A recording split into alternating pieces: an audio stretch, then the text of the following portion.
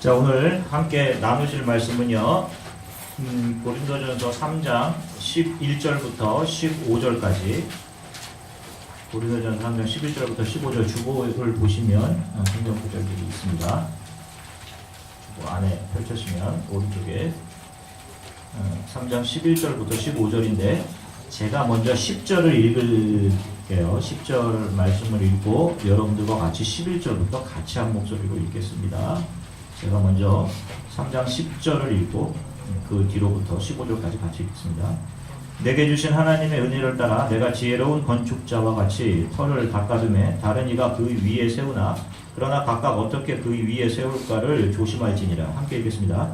이 닦아둔 것 외에 능히 다른 터를 닦아줄 자가 없으니 이 터는 곧 예수 그리스도라. 만일 누구든지 금이나 은이나 보석이나 나무나 불이나 짚으로 이 터 위에 세우면 각 사람의 공적이 나타날 터인데 그날이 그 공적을 밝히리니 이는 불로 나타내고 그 불이 각 사람의 공적이 어떠한 것을 시험할 것입니다. 만일 누구든지 그 위에 세운 공적이 그대로 있으면 상을 받고 누구든지 그 공적이 불타면 해를 받으리니 그러나 자신은 구원을 받되 불 가운데서 받은 것 같으리라. 아멘. 자, 할렐루야. 여러분 한 주간 동안 잘 지내셨습니까? 자, 우리 옆분들과 서로 인사를 좀 나눌게요. 모처럼 이렇게 1년에 한 번 이렇게 또 밖에 나와서 예배드리는 시간인데 이렇게 분들과 좀 인사를 좀 할게요. 서먹서먹하게 하지 마시고.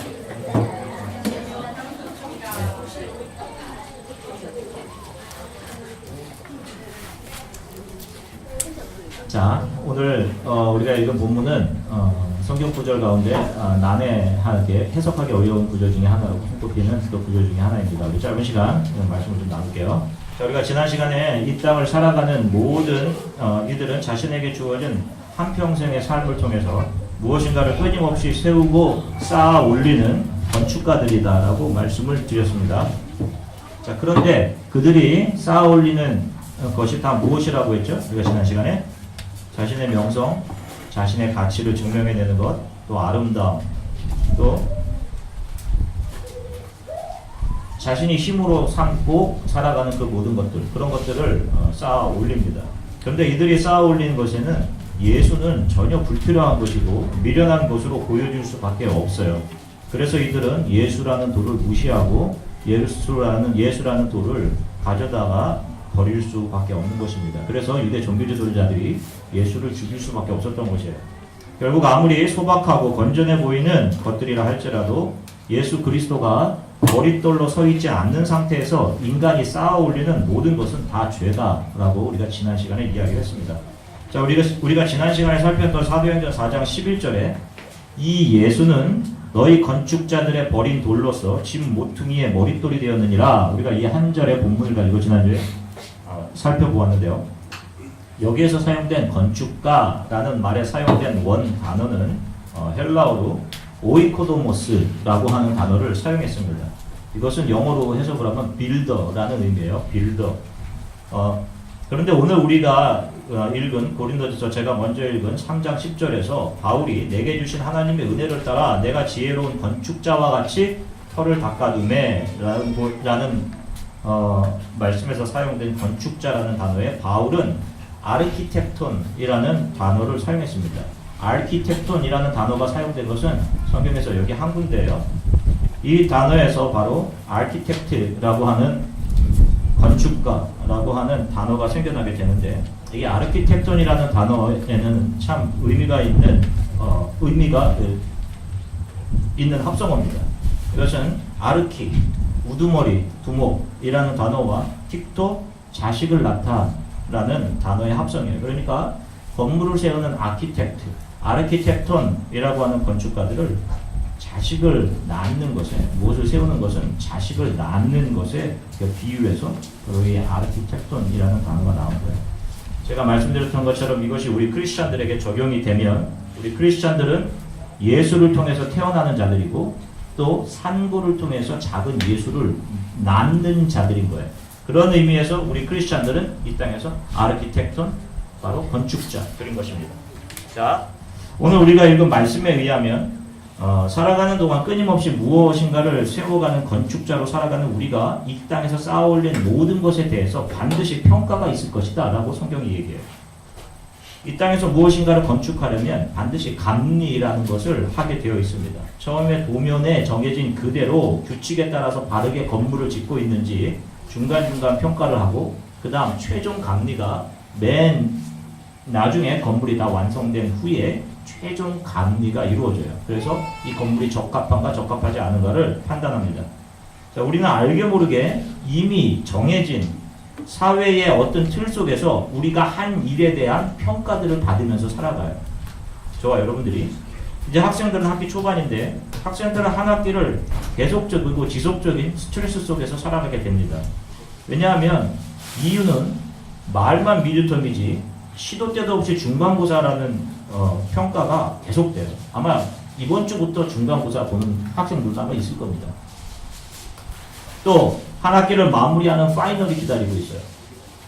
기말이라는 평가가 기다리고 있기 때문에 그 평가가 자신들이 앞으로 직장을 구한다든지 또 더 높은 직업에 진학을 하고자 하는 바에 아주 지대한 영향을 미치기 때문에 늘 긴장할 수밖에 없어요. 이 정해져 있는 이 틀, 시험의 틀 안에서, 앞에서. 미드텀과 기말이라는 것은 학생들이 공부하기 이전부터 이미 정해져 있던 것입니다. 그 틀이에요. 그 틀에 잘 맞도록 스스로 한 학기 동안 학생으로 잘 지어졌는지가 중간, 기말에 테스트 되어지는 거예요. 성인들 역시 마찬가지입니다. 여러분들 지금껏 살아오시면서 직장과 가정과 자녀와 좋은 동료들을 두시고 어느 정도 삶의 모양새를 갖추었어요. 그렇게 살아오신 여러분들, 그것이 여러분들에게 당연하게 주어진 것이 분명히 아닐 것을 아실 겁니다. 나름대로 인생 곳곳에 숨어있던 테스트들을 여러분들이 잘 통과해 오신 거예요. 그렇기에 배우자도 얻었고요. 그렇기에 자녀도 낳았고 그 자녀들이 잘 진학하고 있고 또 진학을 했고 그 자녀들이 좋은 남편, 아내를 만날 수 있었던 거예요. 여기에는 수많은 인내들을 요구하는 테스트가 있었고 부지런함이라는 테스트, 내 자존심을 때로는 내려놓아야 하는 테스트들이 분명히 있었습니다. 만약 그런 테스트들을 통과하지 못했다면 가지지 못했던 것들을 지금 마치 당연하고 평범한 일상인 것처럼 여러분들 손에 쥐고 계신 거예요. 그런 테스트들을 지금 통과해 오셔서 지금 계신 것입니다. 지금 이 자리에. 우리의 몸으로 그 테스트들을 하나씩 통과하며 지금 우리 인생을 지나가고 있는 거예요. 자, 지금까지 제가 말씀드린 것에 동의하신다면 우리가 인생을 지내오는 가운데 내가 알지도 못하고 느끼지도 못하는 가운데 나의 삶 구석구석에 거미줄처럼 얽혀있던 때로는 숨어져 있었던 수많은 테스트들 그리고 거기서 내려졌던 평가들로 지금 여러분들이 존재하고 있다면 우리가 인생을 눈 감는 순간에도 분명 어떤 평가가 있을 것이라는 것은 분명 make sense 할 거예요. 미드텀과 기말고사 같은 것이죠.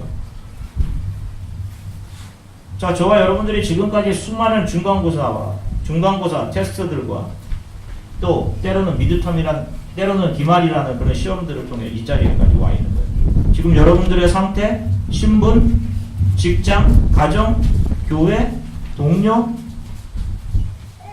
모든 것이 그 테스트들의 결과입니다.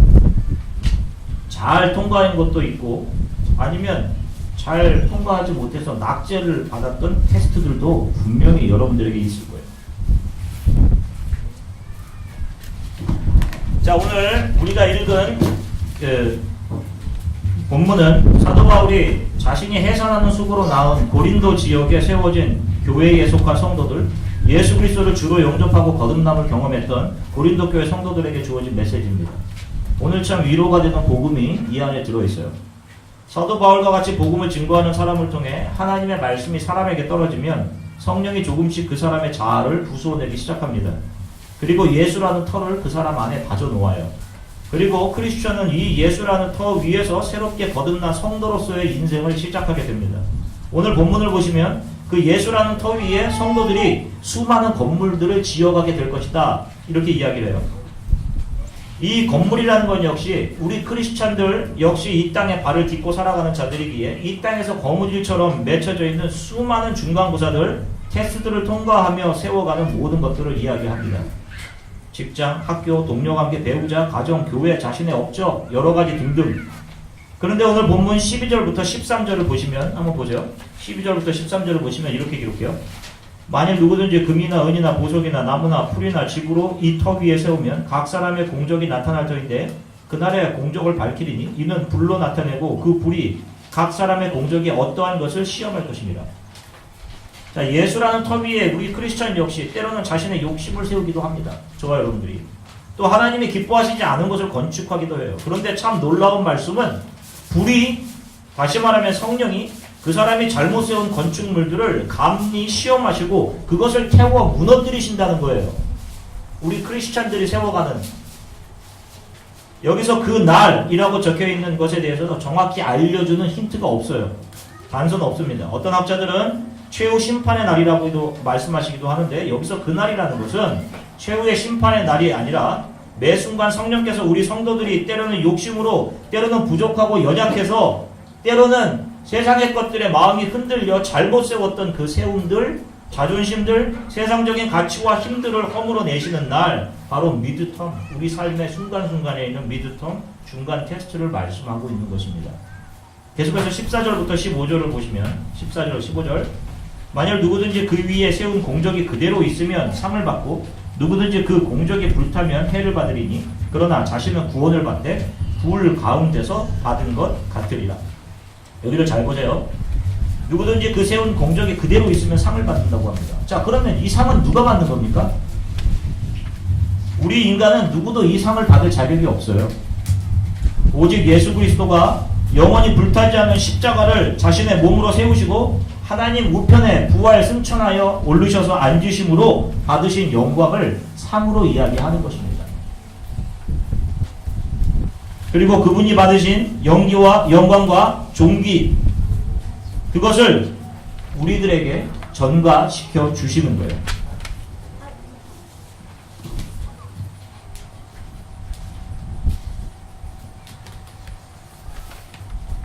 저와 여러분들도 크리스찬이지만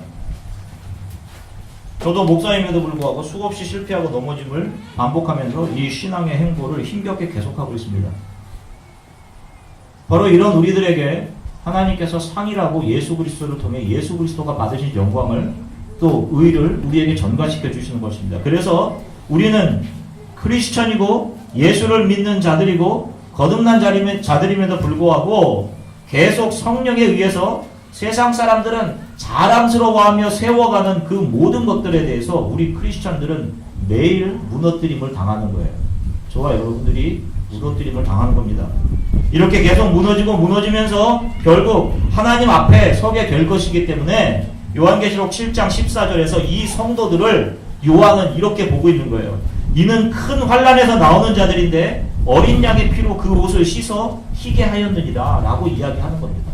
저와 여러분들은 이렇게 무너뜨림을 경험하면서 마치 큰 불구덩 속에서 뛰쳐나오는 사람들처럼 환난 속에서 뛰쳐나와 하나님 앞에 마지막 서게 되는 거예요.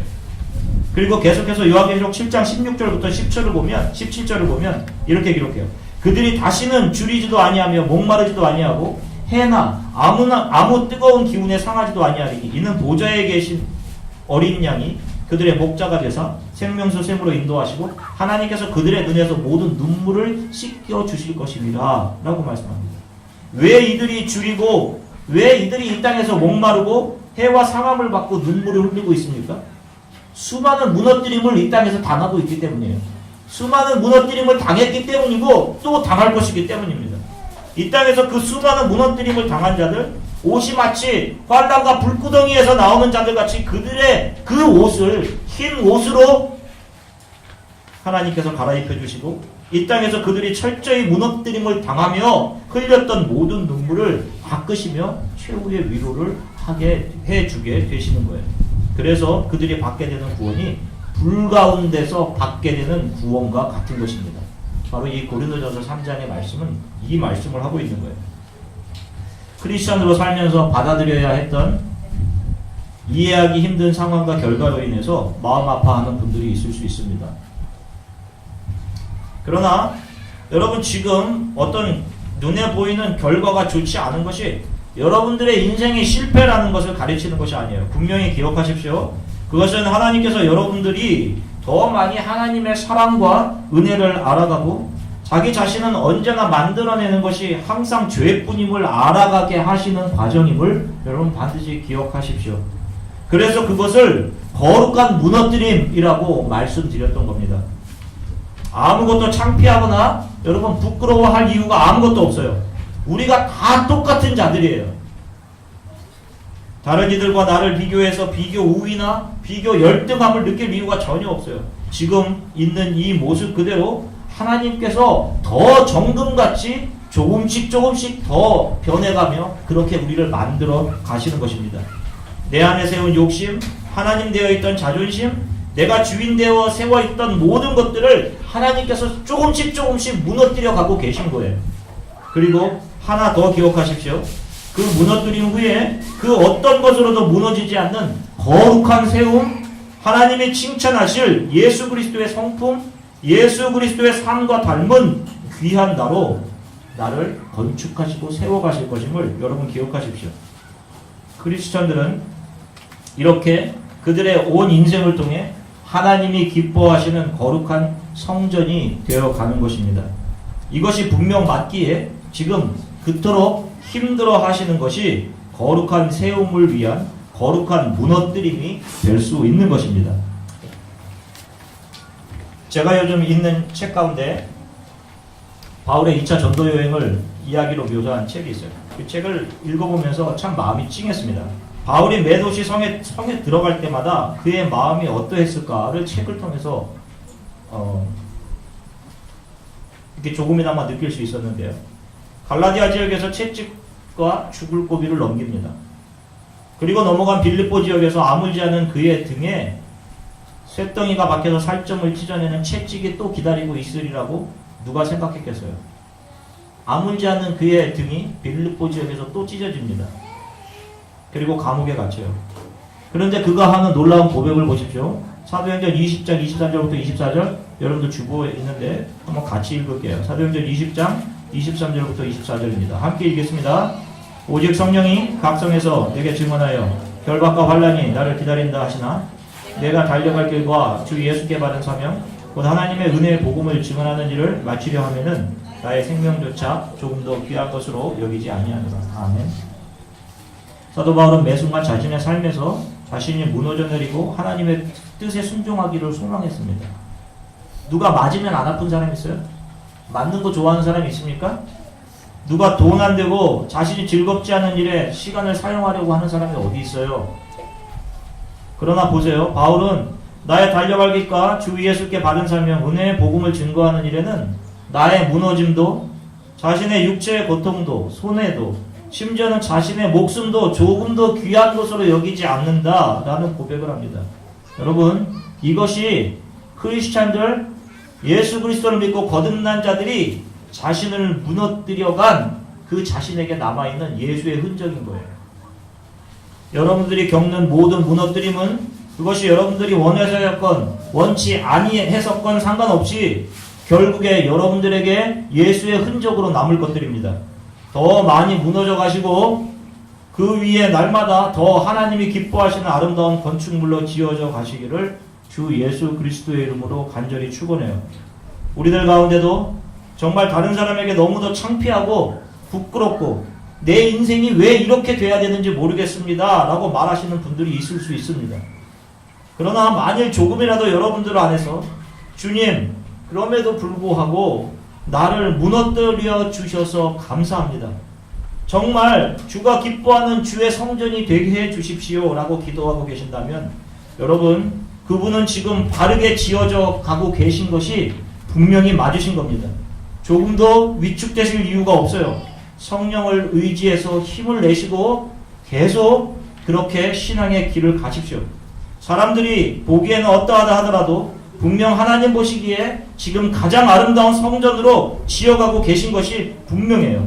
한 주 동안도 바울의 고백처럼 내가 달려갈 길과 주 예수께 받은 사명을 마치려 하면은 나의 생명조차 조금 더 귀한 것으로 여기지 않습니다 라고 고백하면서 여러분들이 크리스찬으로 살아가시기를 소망하고 내가 무너진 그 무너짐은 거룩한 무너짐임을 항상 기억하시고 성령을 의지에 일어서서 당당히 신앙의 길을 계속 걸어가게 되시기를 주 예수 그리스도의 이름으로 간절히 축원합니다.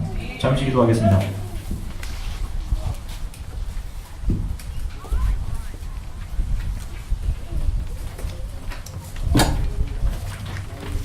하나님이 허물어 주심 또 세워 주심 모든 것 다 감사합니다. 기회 주심도 감사하고 기회를 뺏어 가심도 감사해요. 내가 더더욱 주님이 기뻐하시는 아름다운 성전으로 매일매일 지어가게 해주십시오. 절망 같은 무너짐 속에 마음이 아픈데 이번 역시 나를 아름답게 세우시는 하나님의 사랑임을 손님을 알게 되었습니다. 연약한 나를 붙들어 주십시오. 나의 삶이 나의 모든 것이 주가 기뻐하는 것이 되게 해주세요. 우리 이렇게 잠시 함께 기도하겠습니다. 하나님 주님 감사합니다. 그리고 사랑하는 성도들과 함께 하나님의 말씀을 나누게 하셔서 감사해요. 주님 더 허물어지고 더 무너지게 해주십시오. 예수라는 터 위에 다른 것 세우지 않게 하나님 도와주십시오.